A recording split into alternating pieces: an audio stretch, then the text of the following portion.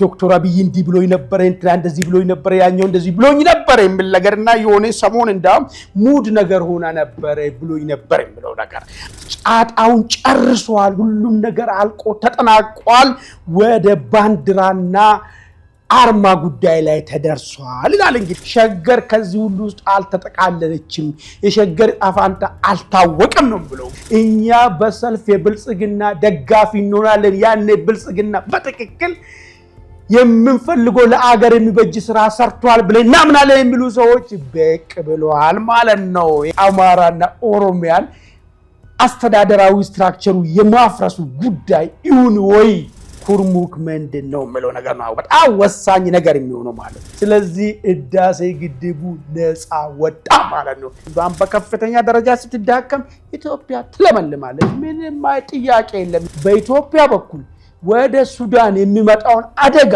መቆጣጠሪያ ነጥብ የለውም ማለት ነው ሆርሙዝን ነፃ አወጣለሁ ኢራንን አሽመደምዳታለሁ ብሏል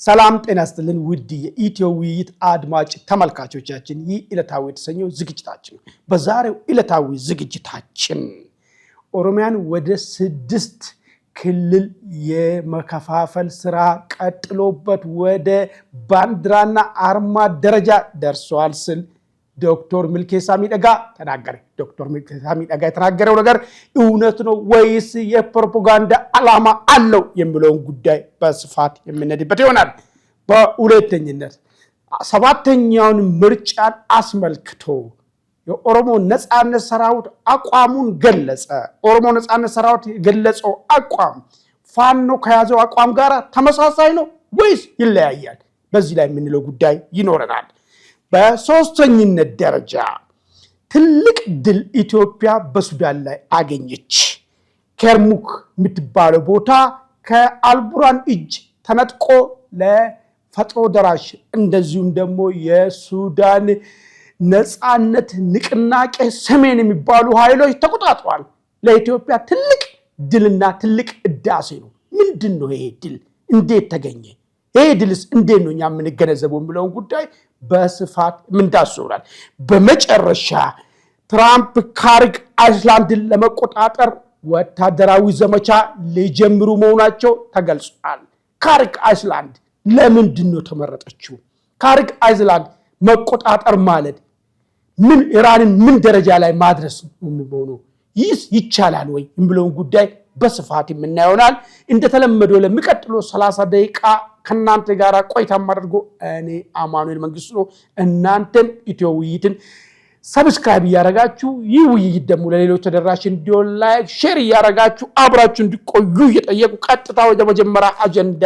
ይሻገራለሁ የመጀመሪያ አጀንዳ እንግዲህ ዶክተር ሚልኬሳ ሚደጋ ሲባል አንድ አይምሮ ውስጥ መጣብኝ ነገር አለ ሁሉ ጊዜ ብሎኝ ነበር የሚላት ነገር አለች ዶክተር ሚልኬሳ እንትና ዶክተር አብይ እንዲህ ብሎኝ ነበር እንትና እንደዚህ ብሎኝ ነበር ያኛው እንደዚህ ብሎኝ ነበር የሚል ነገርና የሆነ ሰሞን እንዳም ሙድ ነገር ሆና ነበር ብሎኝ ነበር የሚለው ነገር አሁን ደግሞ በአዲስ ሐሳብ ብቅ ብሏል ዶክተር ሚልኬሳ ሚደጋ ምንድነው ያሳብ ምንድነው እንግዲህ ዶክተር ሚልኬሳ ሚደጋ መለን ብልጽግና መንግስት ኦሮሚያን ወደ 6 ክላስተር ከፋፍሎ ኦሮሚያ ምሎን ክልል ወደ 6 ክልል ሊያከፋፍል ጫጣውን ጨርሷል ሁሉም ነገር አልቆ ተጠናቋል ወደ ባንዲራና አርማ ጉዳይ ላይ ተደርሷል ይላል እንግዲህ ዶክተር ሚልኬሳ ሚደጋ እንደ ዶክተር ሚልኬሳ ሚደጋ ገለጻ ከሆነ የመጀመሪያው ክላስተር አራት ወለጋዎች ናቸው ቄለም ወለጋ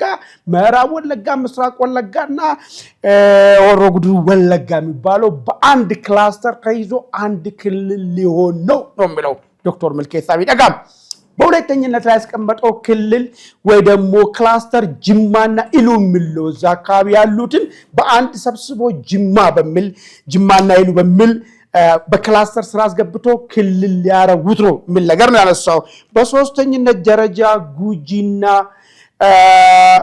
ቦረናን በአንድ አድርጎ በአንድ ክላስተር አድርጎ በአንድ ክልል ስር ሊያደርግ ነው የሚል ነገር ነው። አራተኛ ሐረርጌና ምስራቅ ባሌን በአንድ ክልል ስር ሊያደርግ ነው። በአምስተኛ ደረጃ ባሌና አርሲን ከፊል ሸዋን ይዞ ሌላ ክልል ሊሆኑ ነው ብለው በስድስተኛ ደረጃ ሸዋን የቀሩትን ሰሜን ሸዋ ምስራቅ ሸዋ እንደዚሁም ደግሞ ደቡብ ምዕራብ ሸዋን አንድ ላይ አድርጎ ሌላ ክልል ሊሆን ነው። ሸገር ከዚህ ሁሉ ውስጥ አልተጠቃለለችም፣ የሸገር ጣፋንታ አልታወቀም ነው ብለው እንግዲህ ምልኬሳን ባስቀመጠው መሰረት ምንድነው ብለው ምልኬሳ ይሄ ጉዳይ አሁን ሁሉ ነገሩ አልቆ ለእያንዳንዱ ክላስተር ተብሎ ተጀምሮ ክልል ሆኖ ራሳቸውን የቻሉ ባንዲራና አርማ ሊወጣለት ነው ብሏል። እንግዲህ ምልኬሳ ይሄን ነገር ሆን ብሎ የፈጠራት ነገር ነው ወይስ ተጨባጭ መረጃ አለው ምለው ጉዳይን በተመለከተ ተጨባጭ ያቀረበው ነገር የለም። አለኝ መረጃ በሚል ነገር ነው የሚያቀርበው። ነገር ግን ይሄ ሲያቀርበው ብዙ ውግዘት ነው የቀረበበት ያለው። ይሄ አንተ የምታቀርበው ሐሳብ ሁሌም ከእውነት የራቁ ናቸው የሚል በስፋት ኮሜንት እየሰማን ነው። ይሁንና ግን ብልጽግና ይህን ጉዳይ በተመለከተ ያለ ነገር የለም። አይ አላደረኩትም ወይ ደግሞ አድርጌያለሁ የሚለውን ጉዳይም የገለጸኝ ነገር የለም። ነገር ግን ውድ አድማጭ ተመልካቾች እንደ ኦሮሚያ በዚህ ደረጃ ቢከፋፈል ምንድነው ጉዳቱ? ምንድነው ጥቅሙ? ሙሉ ጉዳይ ላይ እስቲ የራሳችሁን ሐሳብ ስጡ። እስቲ ሌሎች ክልሎችም አማራም በዚህ ደረጃ ቢከፋፈል ምን ጉዳት አለው? ምን ጥቅም አለው? ሙሉ ጉዳይ ላይ ልክ ደቡብ የሚባለው ክልል በተከፋፈለበት ልክ ቢከፋፈልና የቋንቋ ራስን በራስ ማስተዳደር የማንነት ጉዳይ በማይነካ ሁኔታ ማስቀጠል ይቻላል ወይ? ጉዳቱ ምንድነው? ጥቅሙ ምንድነው? በተለይ ደግሞ ለፖለቲከኛ ምንድነው ጉዳቱ? ለህዝብ ምንድነው ጥቅሙ? ለህዝብ ምንድነው ጉዳቱ? ለፖለቲከኛ ምንድነው ጥቅሙ? የምትሉትን ጉዳይ እስቲ በስፋት እናንተም አስቀምጡ። እንግዲህ ዶክተር ምልኬሳ እቺን ነገር ወርውሯታል። እንደተለመደው ነግሮኝ ነው ብሎኝ ነበረ። ይሁን አይውጣ ማረጋገጥ አልተቻለም። ነገር ግን በአብዛኛው ኮሜንት በዚህ ንግግር ባደረገው ስር ኮሜንት የተሰጠው ውግዘትና ይሄ መረጃ ሐሰት መሆኑን የሚገልጹ ሰዎች ናቸው በቦታው ላይ የተገኙት ማለት ነው። ይህ ማለት ሐሳቡ ሐሰት ነው ማለት መረጋገጫ መሆን አይችልም። ሐሳቡ እውነት ነው ማለት መረጋገጫ መሆን አይችልም። ነገር ግን በብልጽግና በኩል ይህ ነገር እውነት ነው፣ ይህ ነገር ሐሰት ነው የሚለውን ጉዳይ ምንም የተገለጸ ነገር የለም። ግን አንድ ነጥብ ላንሳላችሁ።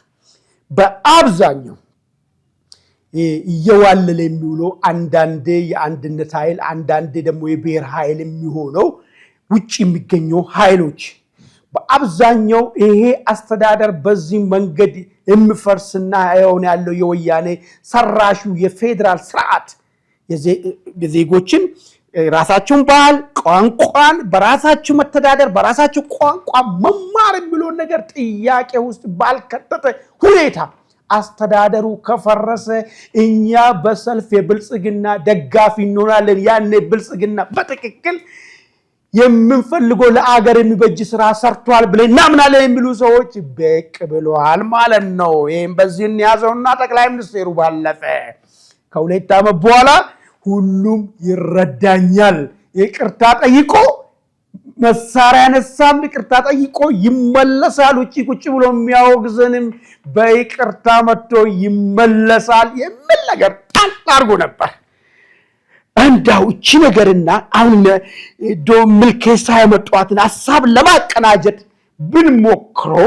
ብንሞክሮ ይሄ በአብዛኛው ባለው ወቃቀር የተከፋ አሁን እየተደረገ ባለው አሁን ያለው መንግስት በፊቱን ያስቀጠለ ምንም አዲስ ነገር አላመጣም ብሎ የሚቃወም ሁላ አዲስ ነገር ቢመጣ እነሱ ይሆን ወይ በይቅርታ መጥቶ የሚመለሱት አላቆም። ስለዚህ ያንዳንዳችሁ የራሳችሁን ሐሳብ ስጡበት። እቺ ነገር ምንድነው አመላክ ይበንዲ እንዳለ አማራ ክልል ሰሞኑን የሆነ በኤአይ መስል በመናምን ነገር የሆነ ሰልፎች ይካሄዳሉ። ምንም ይሄ ክልል መፍረስ አለበት፣ ለአስተዳደር ምቹ አይደለም፣ ወደ ቀደመው አሁን እንደምንለው ክላስተር አይነት መልክ መያዝ አለበት የሚል እንቅስቃሴ እየተሰማ ነው። ይህ ዶክተር ምልኬሳ ከተናገረው ነገር ጋር አማራና ኦሮሚያን አስተዳደራዊ ስትራክቸሩ የማፍረሱ ጉዳይ ይሁን ወይ ሆነ የሚለውም ጥርጣሬ ውስጥ ይከተናል። ለሁሉም ሁለቱን አንድ ላይ ማየቱም ጠቃሚ ይመስለናል። ወደሚቀጥለው አጀንዳ እንሻገር።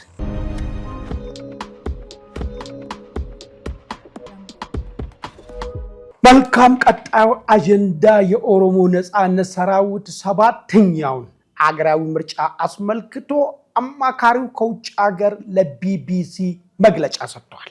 ምንድነው ያለው? የሱን ከማየታችን በፊት አንድ ነገር በስፋት ትላንትና ሚዲያ ላይ ሲስተዋል ነበር። ኦሮሞ ነጻነት ሰራዊት የፋኖን አቋም ደገመው የሚል ነገር።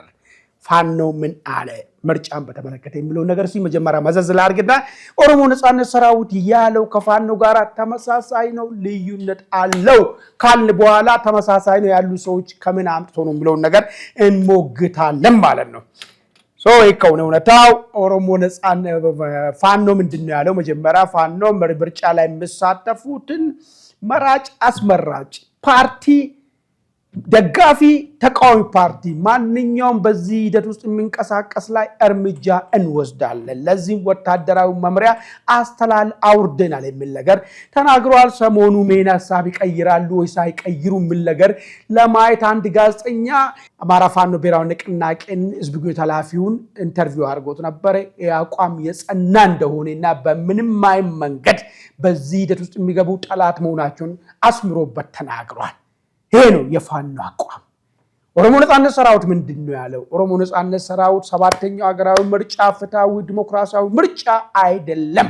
መንግስት ይሄን ምርጫ የሚያካሂደው ከውጭ ሀገር መንግስታት እውቅና ለማግኘትና ቀጣይ ዳሜጅ ለመፈጠር እውቅና እንዲሰጠው ፈልጎ ነው እንጂ ፍትሃዊ ምርጫ ለማካሄድ ፈልጎ አይደለም አለ። ግን አለ ኦሮሞ ነጻነት ሰራዊት በምርጫ ሂደት ውስጥ የገቡትን ተቃዋሚ ፓርቲዎች ላይ እርምጃ አልወስድም ነው ያለው። ፋኖ እርምጃ ወስዳለሁ፣ መመሪያ አውርጃለሁ፣ በሎብያለሁ፣ ከዚህ በኋላ ራሱ ከገባበት ይለዋል የሚል ነገር ጠላት ነው ብሎ ፈርጇል። ነገር ግን ኦሮሞ ነጻነት ሰራዊት ጠላት ነው አላለም። ግን ምርጫው ፍትሃዊም አይደለም። ምርጫው የሚፈለግበት ዋና ዓላማ እውቅና አግኝቶ ጭፍጨፋውን ለመቀጠል በሱ ታርም የሚለውን ነገር ነው ያስቀመጠው። ይህ ከሆነ ፋኖን ኦሮሞ ነጻነት ሰራዊት የፋኖ አቋምን ደገመ ያሉ ሰዎች ከየት አምጥቶ ነው የሚለው ጉዳይ በተለይ ተቃዋሚ ፓርቲዎችና የምርጫ ሂደት ውስጥ የተሳተፉ ሰዎች ላይ እርምጃ ወስዳለሁ ያለውን ነገር ኦሮሞ ነጻነት ሰራዊት አላለም ነውና ከየት መጥቶ ነው የሚለው ነገር እኛ ደግሞ እንደ ገለልተኛና ከዚህም ከዛም እንደሌለበት ከማንም ጋር እንደሌለ ሰው መረጃ ለአድማጭ ተከታታዮቻችን እንደሚያቀርብ ሰው እቺ ነገር አትመሳሰልም፣ ለምን አመሳሰላችሁ የሚል ጥያቄ እናቀርባለን ማለት ነው። ይህ በእንዲህ እንዳለ ትብብር ለኢትዮጵያ አንድነት በቅንፍ ቅንጅት ብሎ ራሱን የሚጠራው ኢህአፓ፣ እናት ፓርቲ፣ ጊዮናዊት አማራና መያድ የሚባሉ ፓርቲዎች አማራ ክልል ውስጥ ባለው ችግር ምክንያት ቤንሻንጉል ክልል ውስጥ ያለው ችግር ምክንያት ትግራይ ክልል ከምርጫ ውጪ ነው፣ አማራ ክልል ውስጥ ምርጫ ላንወዳደር እንችላለን በማለት ስልታዊ ለፋኖ ጥሪ ድጋፍ የሚመስል ነገር አቋማቸውን ገልጸዋል ማለት። እርግጥ ነው ያስፈራል። ተቃዋሚ ፓርቲንም ይገላሉ እርምጃ ወስዳለሁ ካለ እንዴት ብለህ ትሄዳለህ? ሙት የሚባል ህግም የለምና ማለት ነው። በዚህ ምክንያት እዚህ አካባቢ ከምርጫው ራሳችን ልናገል እንችላለን የሚል አይነት መግለጫ አውጥቷል። ግን ጨክኖ ከምርጫው ወጥተናል የሚል ነገር ግን አልገለጹም። ግን ዳርዳሪታው ወደዛ የሆነ መሆኑን ነው እንግዲህ የገለጹት ማለት። ይሄ ምርጫንና ፓርቲዎችን በተመለከተ ነው። ይሁን ኦሮሞ ነጻነት ሰራዊት ይሁን ፋኖ ይሁን ተቃዋሚ ፓርቲዎች የወሰዱት አቋም ወይ ደግሞ ምርጫውን በተመለከተ እየሰጡት ያሉት አቋምና የዚህ 7ኛው ምርጫ ሁኔታ ላይ ምን አሻራ ይኖረዋል የሚለው ጉዳይ ላይ እናንተ የራሳችሁን ሐሳባችሁን ስጡን እያል ወደሚቀጥለውና ዋና ኢምፖርታንት ወደ ሆነው አጀንዳ እንሻገራለን።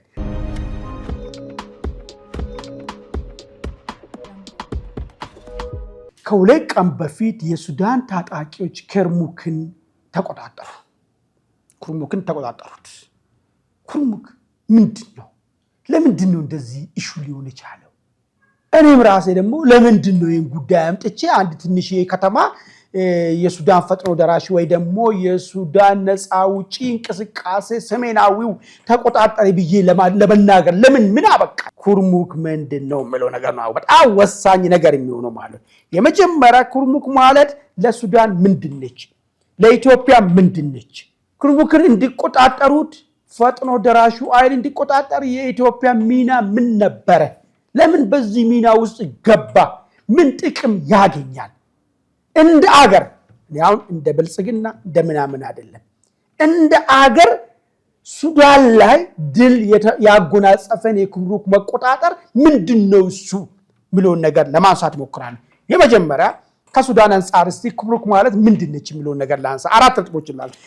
በድንበር ላይ የሚንቀሳቀሱትን ኃይሎችን ለመቆጣጠሪያነት የሚጠቅም ወታደራዊ ደህንነት ቦታ ነች ኩርሙክ ለሱዳን። ምን ማለት ነው? ኢትዮጵያ ውስጥ የሚንቀሳቀሱ አማጽያኖችን አገነስት ሱዳን መንግስት የሆኑ ኃይሎችን የሚቆጣጠርበት በጣም ወሳኝ የደህንነት ቦታ ነው ማለት። ይህ ማለት ምንድነው? ኩርሙክ ከእጅ ወጣ ማለት በኢትዮጵያ በኩል ወደ ሱዳን የሚመጣውን አደጋ መቆጣጠሪያ ነጥብ የለውም ማለት ነው። በሌላ አነጋገር በጓሮ በኩል የሱዳን በር ክፍት ነው ማለት ነው። ይሄ ነው በሩ ተከፈተበት አጥሩ ተነቀለው ማለት ነው። ለሱዳን ይሄ አደገኛ ነገር ነው።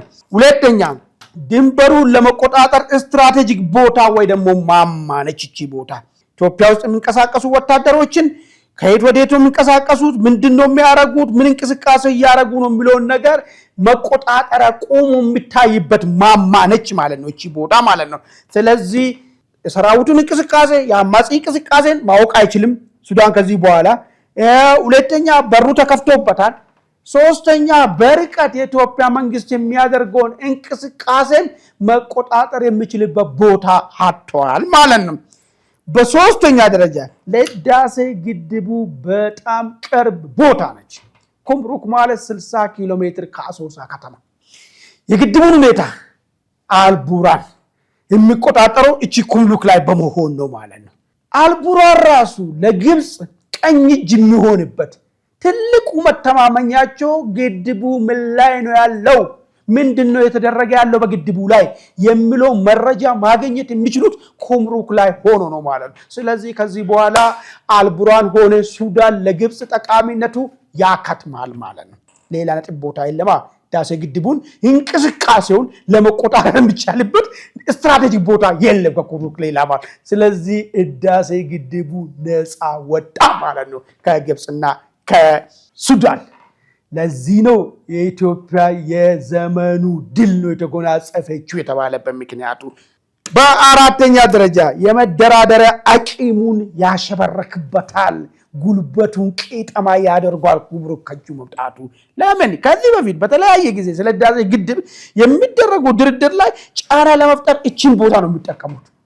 ካልሆነ ብዙ ነገር ማድረግ እንችላለን፣ ካልሆነ ግድቡ ያለበትን አካባቢ ሰላም ልናሳጣ እንችላለን እያሉ የሚያስፈራሩት እቺን ስትራቴጂክ ቦታ በመያዝ ነው ማለት ነው። ስለዚህ የመደራደሪያ አቂሙ ተሽመደመደ ማለት ነው። ይሄ ሱዳን ላይ የደረሰ በጠራራ ፀሐይ የተፈጸመባት ወታደራዊ ድል ነው ማለት ነው።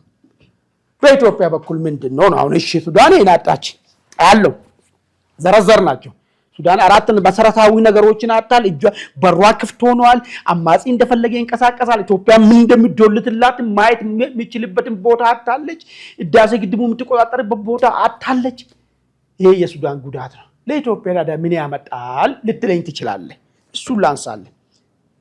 እኛና ሱዳን ከዛሬ ከሁለት ቀን በፊት ባለፈው ሁለት ቀን ወዲህ ኢትዮጵያና ሱዳን መካከል የሚያገናኘው ጉዳይ የለም። በፈር ዞን ተፈጥሯል።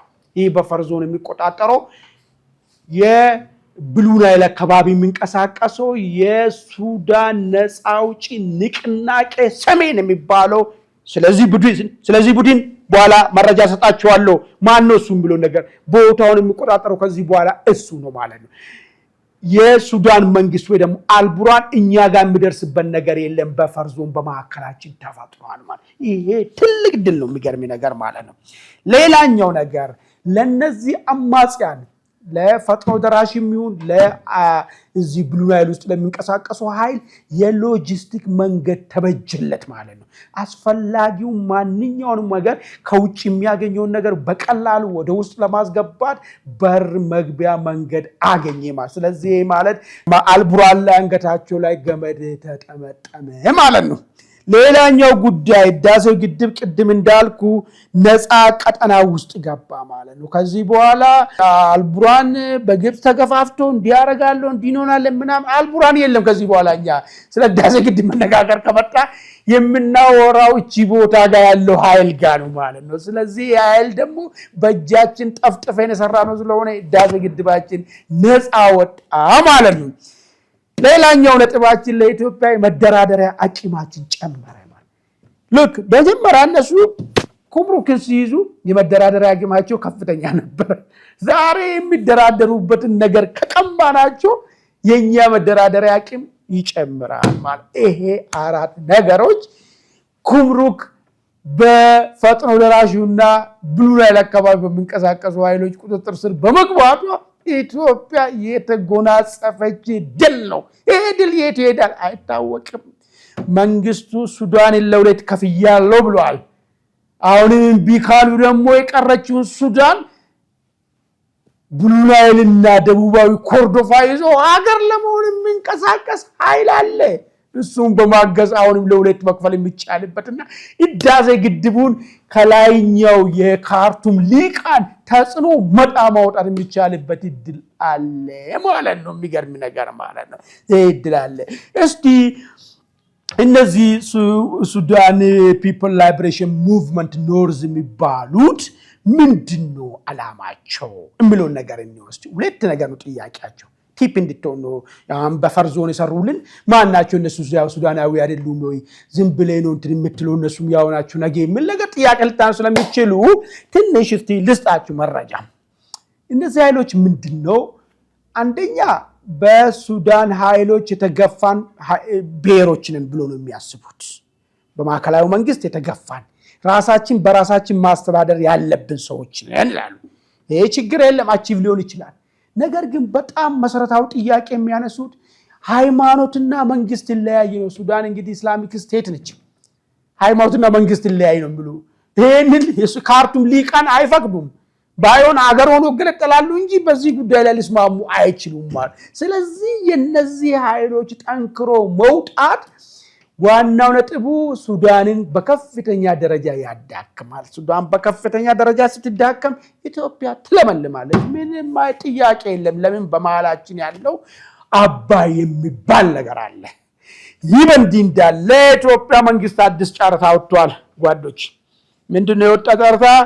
በሶስት ቦታ ለሶስት ፕሮጀክት መሰለኝ አዲስ ግድቦችን በአባይ ላይ ገነባሉ የሚል ነገር። ይህ ዜና ይህ ድሉ ከተፈጸመ በማግስቱ ነው የዜና የወጣው። ምን አልተያያዥ እንደሆነ ግብፅን ከፍተኛ ደም ግፊት ውስጥ ከቷታል። ግብፅ እንደ ዱሮ አልበሽር ብኖር ጠጋለው ሞክራል።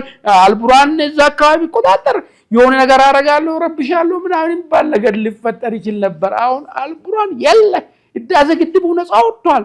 ሌላ 3 ግድብ ይገነባሉ። አባይ ላይ ጥናት ካይድልኝ ግብጾች ዋይ ዋይ ዋይ ዋይ ያሉ ነው። በቃ ድል ማለት ለሀገር ይሄ ነው። በቃ ማሸነፍ ማለት ይሄ ነው። አንድ ኢትዮጵያዊ ብለው እጁ ሁሉ እያነሳ ሰልፍ የሚያስወጣ ድል ነው። የሚገርም ነገር ይሄ ነገር ማለት ነው። እና ውድ አድማጭ ተመልካቾቻችን እናንተ ኩርሙክ ላይ ኢትዮጵያ ያገኘችውን ድል አስመልክቶ የተሰማችሁትን ስሜትን ምን አይነት ነገር ነው ይሄ ነገር የሚለው ጉዳይ ላይ የየራሳችሁን ሐሳብ እንድትሰጡን እየጠየቁ ባይዞ ብዙ ሚዲያ አነሱ ባያችሁ። ግን ችግሩ ይሄ ነው። በጣም የሚያበሳጭኝ ነገር ማለት ነው። ይሄው አገር ነው። ኢትዮጵያ ነገም ትቀጥላለች። አሁን ያለው መንግስት ያልፋል። ትላንትና ወያኔ መራሹ አልፏል። ቀጥሎ ደልጋ አልፏል። የኢትዮጵያ ብሔራዊ ጥቅም ግን ከተከበረ ማንም ያስከብር ማንም ኢትዮጵያኖች ልጆቻችን ናቸው ከዚህ ተጠቃሚ። ግን አንድም ሚዲያ አነሳት የሚችል ነገር በዚህ ደረጃ ለምንድነው ብሔራዊ ጥቅም ላይ የምንቀልደው? እኛ ኢትዮጵያኖች አይደለንም እንዴ? ከግብፅም እኮ እርዳታን የሚወስዱ ቢሆኑም እቺን ነገር ግልጹ መናገር መቻል ነበረባቸው። እኛ ግን የሀገር ኃላፊነት ስላለብን እውነቱን እንመሰክራለን። ኢትዮጵያ ድል ተጎናጽፋለች። አሁን የወሰድነው ስትራቴጂክ የሆነ ነገር አደገኛ ግብፅና ሱዳንን ያናጋ ነገር ነው ማለት ነው።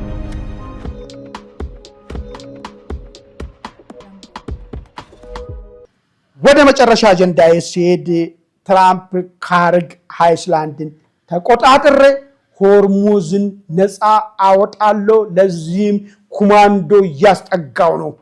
አንዱ የወታደራዊ መርከብ አረቢያን ፔንሱላ አልፎ ወደ ኦማር መጠጋቱ መረጃዎች እያመለከቱ ነው ያለው። ካርግ አይስላንድ ምንድን ነች? 4 መሰረታዊ ነገሮችን ላንሳት። አንደኛ ከፍተኛ የሚሳኤል ክምችት ወይ ደግሞ ባንከር ያለበት ቦታ ነች። ምሽግ ያለበት 18 ሚሊዮን በርሜል ክሩድ ኦይል የሚገባበት ቦታ ስቶር አላት።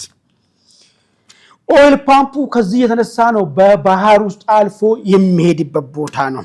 ኢራናውያንን ቦታው የሚከላከሉበት በጣም ወሳኝና ስትራቴጂክ ቦታ ነው። ከፍተኛ ኃይል ምንጭ ኢራን ኃይል ምንጭ ያለው እዚህ ቦታ ላይ ነው ማለት ነው። ስለዚህ ትራምፕ እቺን ቦታ ከተቆጣጠርኩ ሆርሙዝን ነፃ አወጣለሁ፣ ኢራንን አሽመደምዳታለሁ ብሏል። ሬሊ እውነት ነው። ቦታው በጣም አደገኛ ስትራቴጂክ ነው። ኢራን ይህን ቦታ የምትቀማ ከሆነ በአንድ ለመጨረሻ አለቀላት ማለት የሚቻልበት ሁኔታ ነው ያለው ማለት ነው። በዛ ምክንያት ሰራዊት እየመጣ ነው። አሜሪካና እስራኤል ኢራን ከአየር ከድሮን ከሚሳኤል ወደ ቀጥታ ወደ እግረኛ ሰራዊት ሊገቡ ትንሽ ጊዜ ነው የቀረው። ይህ በእንዲህ እንዳለ ግን ባለ 15 አቋም ቅድመ ሁኔታ ያለውን ሀሳብ መደራደሪያ ሀሳብን ትራምፕ ለኢራን ልኮላታል። በፓኪስታን በኩል ኢራን አልቀበልም፣ እኔ የሚቀበለው የራሴን ባለ 6 አቋም ቅድመ ሁኔታ ያለውን መደራደሪያ፣ እሱን የሚቀበል ከሆነ መደራደር እንችላለን፣ ያለዛ ግን በጉልበት ይለይልን የሚል ነገር ላይ ነው። አሁን ነጥቡ ምን ላይ ነው ያለው? ካርግን በወታደራዊ ኃይል ትራምፕ መቆጣጠር ይችላሉ ወይስ አይችሉም ነው ጉዳዩ። ካርግን ከተቆጣጠሩ ግን የኢራን ነገር አከተመ ማለት ነው። ስለዚህ ኢራን ካርግን ታስነካለች አታስነካ የሚለው ጉዳይ ነው የሚሆነው። ውድ አድማጭ ተመልካቾቻችን እናንተም የካርግን ጉዳይ እንዴት ይሆናል? ሪሊ አሜሪካኖች በወታደራዊ ኃይሎችን ቦታ ሊቆጣጠሩ ይችላሉ ወይስ አይችሉም? ኢራኖች ይህን ቦታ ይሰጣሉ ወይስ እንዴት ነው የሚለው ጉዳይ ላይ የራሳችሁን ሀሳብ እንድትሰጡን እየጠየቁ የዛሬውን ዕለታዊ ዝግጅት በዚህ ላይ አጠቃላለሁ። በሌላ ጊዜ እስክንገናኝ ድረስ መልካም ቆይታ።